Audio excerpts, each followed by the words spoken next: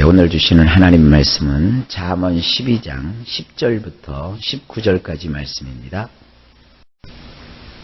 할렐루야. 오늘은 잠언 12장 10절부터입니다. 10절을 보시게 되면 의인은 자기의 가축의 생명을 돌보나 악인의 긍휼은 잔인이니라. 원문은 이렇게 되어 있습니다. 의인은 그의 짐승의 넷패시조차 돌볼 줄 알지만 악인들이 가진 자애심이래야 봐야 잔인한 뿐이로다. 의로운 사람은 물론이거니와 하찮은 미물인 짐승의 넷패시, 짐승에게도 넷패시가 있어요.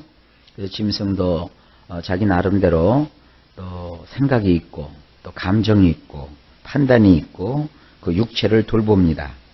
그런데 의인은 사람일 뿐만 아니라 이 짐승에게조차도 돌봄을 베풉니다. 그런데 악한 사람은 아무리 자애심이 있다고 해봐야 결국 그것은 잔인함밖에 없다는 거예요. 그러니까 자유롭게 하는 척하고 친절하게 하는 것 같아도 악인에게서는 잔인함 외에는 아무것도 없다는 것입니다. 그 다음에 11절에 보면 자기의 토지를 경작하는 자는 먹을 것이 많거니와 방탕한 것을 따르는 자는 지혜가 없느니라. 원문은 이렇습니다. 자기 땅을 섬기는 자는 양식으로 만족하려니와 헛된 것들을 따라가는 자는 마음의 결핍뿐이니라.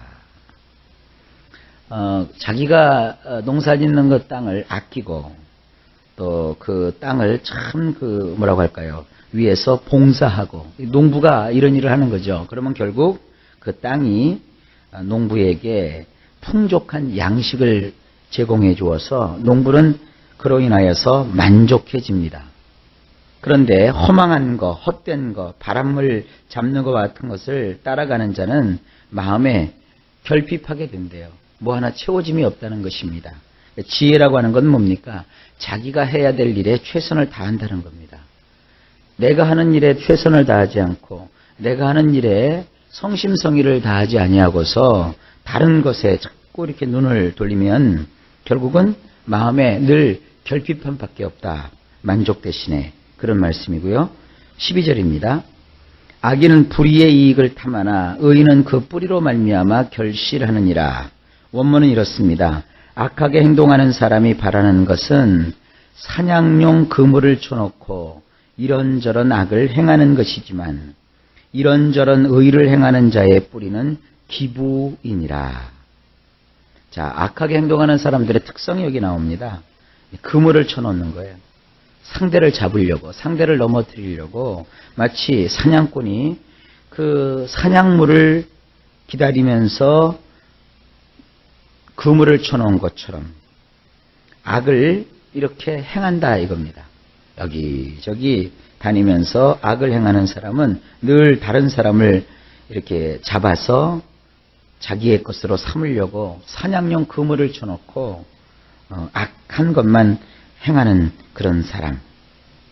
그러나 이런저런 의를 행하는 사람의 그 뿌리는 기부래요. 기부. 기부가 뭐냐? 남에게 주는 거거든요. 그래서 악한 사람은 남의 것이라도 그물을 쳐서 억지로 뺏으려고 하고 그걸 이제 소망하고, 의로운 사람은 그 근본 자체가 뭐예요? 자기 것을 남에게 나누어 주고 또 베풀어 주려고 하고 이렇게 살아간다는 겁니다. 이상해요. 움켜잡으려고 하면 움켜잡혀지는 게 아니라 욕심을 과도히 부려도 그 재물이 늘어나지 않습니다. 그러나 자기 것을 가지고 베풀어 주고 나누어 주고 또 이렇게 흩어서 구제해도 더 풍족하게 되는 일이 있다. 그 말씀과 지금 똑같이 통하는 말씀입니다. 13절입니다. 악인은 입술의 허물로 말미암아 그물에 걸려도 의인은 환난에서 벗어나느니라. 원문은 이렇습니다. 악인은 두 입술로 법을 어기기에 덫에 걸리게 되지만 의인은 비탄한 일에서 빠져나오느니라. 악한 사람은 그 입술로 한 몫을 하죠. 그러나 그 두 입술로 그 악한 사람은 법을 어기는 쪽으로 자꾸 말을 몰아가요. 그래서 결국 자기가 쳐놓은 덫에 자기가 걸리게 되어 있습니다. 그러나 의인은 비탄한 일, 고통스러운 일, 심통한 일을 만났다고 해도 희한하게 거기에서 빠져나오게 된다는 거예요. 왜냐하면 하나님이 그렇게 해주신다는 겁니다. 이게 지금 뭡니까? 의롭게 살아라 이겁니다. 악한 길에는 거기 형통함이 없어요. 그러나 자꾸 세상은 악하게 살아야 된다. 모질게 마음을 먹어야 된다. 움켜잡아야 된다라고 얘기하지만 하나님은 그렇게 말씀하고 있지 않습니다.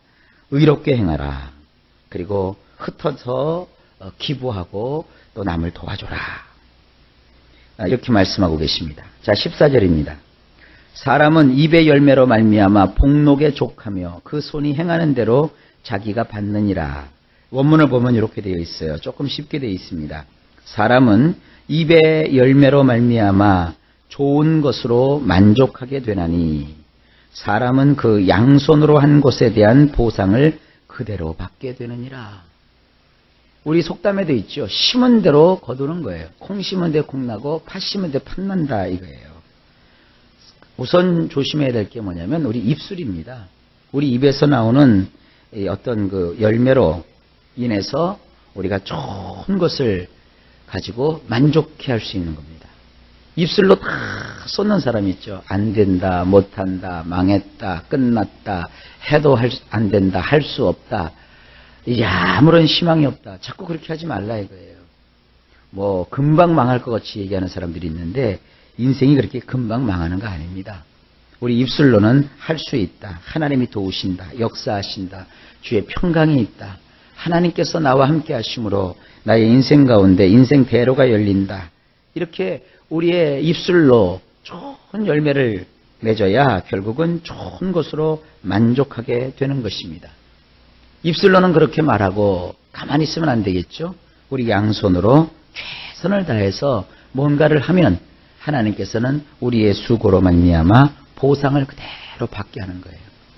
처음에 사람들이 따라주지 않는다고 눈앞에 결과가 보이지 않는다고 입을 놀려서 함부로 부정적으로 말하고 그리고 일손을 다 놓고 있으면 아무것도 이루어지지 않습니다. 입으로는 긍정적이고 하나님의 역사를 이룰 수 있는 창조적인 언어를 가지고 하나님 앞에 믿음으로 심고 그리고 양손은 놀려서 게으르지 아니하며 최선을 다하면 하나님께서 그대로 보상하여 주신다 하는 말씀입니다. 15절입니다. 미련한 자는 자기 행위를 바른 줄로 여기나 지혜로운 자는 권고를 듣느니라. 원문은 이렇습니다. 어리석은 사람은 자기의 방법을 자기 두 눈으로 똑바르다고 여기지만 충고를 경청하는 자는 지혜로운 자이니라. 가끔 어떤 사람에 대해서 이렇게 얘기를 해줄 때가 있어요. 아유, 그렇게 판단하시면 안 되는데 그렇게 판단하신 것은 큰 착오가 있는 것 같습니다. 그럼 상대가 뭐라고 하느냐면 목사님 그런 말씀하세요. 나는 지금 내가 한 판단이 정확하고 옳고 항상 이건 제대로 된 겁니다. 제가 볼 때는 아니거든요. 말을 들으려 하지 않아요. 그건 어리석은 사람입니다. 어리석은 사람은 자기가 해놓고 그것을 아주 잘했다고 스스로 여겨요. 아이들이 이렇게 성장하다 보면 그 배변기 훈련을 할 때가 있죠. 그럴 때 애들이요 자기 몸으로 이렇게 작품을 하나 만들어놔요. 뭔지 아시겠죠? 그리고 그걸 굉장히 아이들이요 자부심을 가지고 아주 뿌듯하게 여겨요. 어른은 볼 때는 아유 저건 지저분한 거고 더러운 건데 애가 그걸 작품을 만들어 놓고 아주 뿌듯해해요. 자기 몸으로 만들었다는 거예요. 어른이 볼 땐 건 얼른 빨리 쳐야 될 쓰레기에 지나지 않는 거거든요. 이와 똑같은 겁니다. 어리석은 사람은 엉뚱한 짓을 해놓고 잘못된 판단을 해놓고 잘못된 선택을 해놓고 그것을 아주 잘한 것처럼 여깁니다. 그러나 지혜로운 사람은 충고를 듣는 거예요. 충고가 뭡니까? 그건 이런 면에서 이런 면이 부족하고 그것은 이렇게 좀 했으면 더 좋았을 텐데 하고 누군가가 충고를 해주면 그걸 듣는 사람, 이 사람은 지혜로운 자입니다. 16절입니다. 미련한 자는 당장 분노를 나타내거니와 슬기로운 자는 수욕을 참느니라. 원문은 이렇습니다. 어리석은 사람은 당일에 화낼 줄 알지만 수치스러움을 감출 수 있는 사람은 능란한 사람이니라. 그래서 이 당일에라는 말은 그날에라는 뜻이에요. 그래서 어리석은 사람은 당장 막 화를 내버려요. 그 감정을 추스릴지도 모르고 감출 줄도 모르고 그거를 조절을 못하니까 그냥 막 화를 쏟아부어 버려요. 그러나 이 수치스러움을 이렇게 감추고 아주 자기 자신을 조심히 이렇게 행동하는 사람은 뭐냐? 능란한 사람이래요. 아주 이 세상을 제대로 살아갈 줄 아는 능숙한 사람이라는 뜻입니다. 17절입니다. 진리를 말하는 자는 의를 나타내어도 거짓 증인은 속이는 말을 하느니라. 원문은 이렇습니다. 충실한 말을 하는 자는 의로운 것만 알려주지만 거짓된 증인은 틀린 말을 하느니라. 사람이요, 충실한 말을 할 줄 아는 사람이 바로 의로운 사람입니다. 옳은 소리, 또 그르지 않고 틀리지 않고 바른 소리를 하는 사람이 의로운 사람입니다. 그러나 반면에 이 의롭지 않은 사람은 거짓말을 해요. 그는 거짓 증인이 되고 결국 그가 하는 말은 옳은 것이 아닙니다. 진짜야, 참말이야, 내가 봤어, 이게 진리야 하지만 그 마음에 충실함이 없는 사람은 틀린 말을 지금 하고 있는 거예요. 이런 것들을 분별할 수 있는 것이 사실은 지혜입니다. 여러분도 거짓된 증인의 말을 따르지 아니하고 그 마음의 충성스러움에서 진리를 말하는 의로운 사람들을 분별할 수 있기를 주님의 이름으로 축복합니다. 18절입니다. 칼로 찌름같이 함부로 말하는 자가 있거니와 지혜로운 자의 혀는 양약과 같으니라. 원문은 이렇게 되어 있습니다. 칼로 도려내는 듯하게 생각 없이 내뱉는 말이 있지만 지혜로운 자의 혀는 치료하느니라. 예, 어떤 말은 칼로서 상대의 마음을 막 도려내요. 옳지 않은 것이죠. 그러나 지혜로운 자의 혀는 사람을 치료하는 효과가 있어요. 자, 여러분도 언어가 사람을 치료하는 효과가 있기를 주의 이름으로 축복합니다. 쉽게 할 수 있어요. 내가 얘기를 했는데 상대가 막 가슴 아파하고 싫어하고 막 반발하면 분명히 내가 말하는 데 있어서 무슨 기술이 부족한 거예요. 그러나 내가 무슨 얘기를 하면 상대가 그로 인하여서 아주 그 분노가 진정되고 마음이 위로를 받고 사람 마음속에 행복을 가지게 되고 그리고 그가 내 말을 통하여서 진리를 깨닫게 되면 그것은 바로 나는 치료하는 말을 하고 있는 거예요. 여러분은 이런 언어의 훈련들을 잘 하셔서 지혜로운 자, 그래서 남을 치료하는 그런 언어를 하는 그와 같은 성도들이 되실 수 있기를 바랍니다. 마지막으로 19절입니다. 진실한 입술은 영원히 보존되거니와 거짓 혀는 잠시 동안만 있을 뿐이라. 이것도 원문은 이렇습니다. 진실한 입술은 영원히 세워지지만 거짓말하는 혀는 잠깐 반짝거리느니라.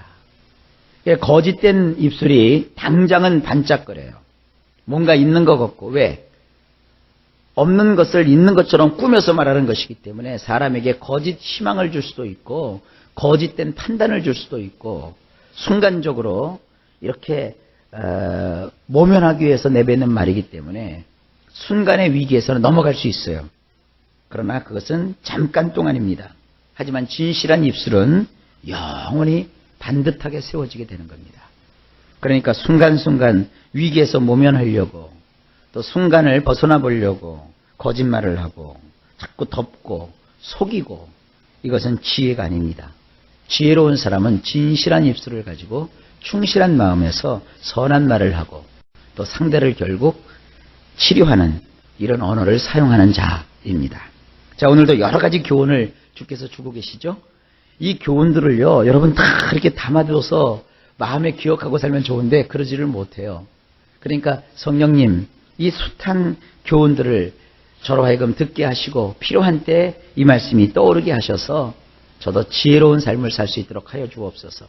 너희 중에 누구든지 지혜가 부족하거든 모든 사람에게 후히 주시고 꾸짖지 아니하시는 하나님께 구하라. 그리하면 주시리라 그랬습니다. 이 지혜의 마음을 여러분도 얻으셔서 이 세상 살아가는 동안에 하나님의 의와 뜻을 이루시는 복된 생애가 되시기를 예수님의 이름으로 간절히